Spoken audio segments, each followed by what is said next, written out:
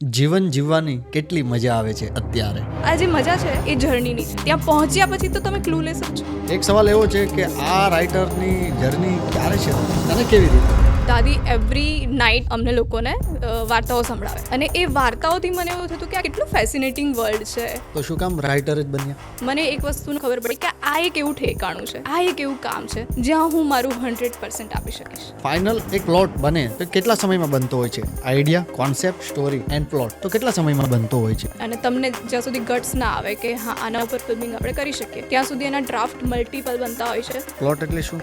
કે આ વાર્તા કેવી રીતે આગળ જશે, ક્યાંથી શરૂ થશે, એનો મિડ પોઈન્ટ શું હશે, એનો ઇન્ટરવલ પોઈન્ટ શું હશે, એના પછી મારે ક્યાંથી ફિલ્મ ઓપન કરવી છે, એનું એન્ડિંગ કેવી રીતે થશે. ઓકે, ચાલો ફિલ્મ બની ગઈ, હવે ફિલ્મ નથી ચાલતી. આપણે ઘણીવાર ડિરેક્ટર ઉપર બ્લેમ કરતા હોઈએ છીએ, ઘણીવાર એક્ટર ઉપર બ્લેમ કરતા હોઈએ છીએ. તો શું એક ફિલ્મ નથી ચાલતી એમાં શું રાઇટર પણ જવાબદાર હોય છે ખરા? ફિલ્મ ન ચાલી તો પણ રાઇટર રિસ્પોન્સિબલ. અને સમટાઈમ હું તો એવું માનું છું કે ફિલ્મ ન ચાલવા પાછળ દેર આર મલ્ટિપલ ફેક્ટર્સ. તમારી જે હમણાં લાસ્ટમાં જે ફિલ્મ આવી ધ ગ્રેટ ગુજરાતી મેટ્રિમોની, આ વિચાર કેવી રીતે આવી? વિચારો કે કોઈ છોકરી મેટ્રિમોનીઝમાં જાય છે, પોતાની પ્રોફાઇલ માટે અપ્લાય કરે છે અને એનો જે ઓનર છે એ ઓનરને જ એ છોકરીની પ્રોફાઇલ પસંદ આવે છે યા તો એ છોકરી જ પસંદ આવી જાય છે. તો એના પછી શું થઈ શકે? કાશી રાઘવ, કેટલા એક્સાઇટેડ છો તમે?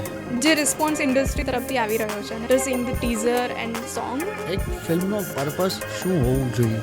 એનું ખાલી ને ખાલી એક પર્પઝ એવું હતું કે તમારા મતે પ્રેમ શું છે? હું તો કહું છું પ્રેમની ડેફિનેશન હોય જ છે.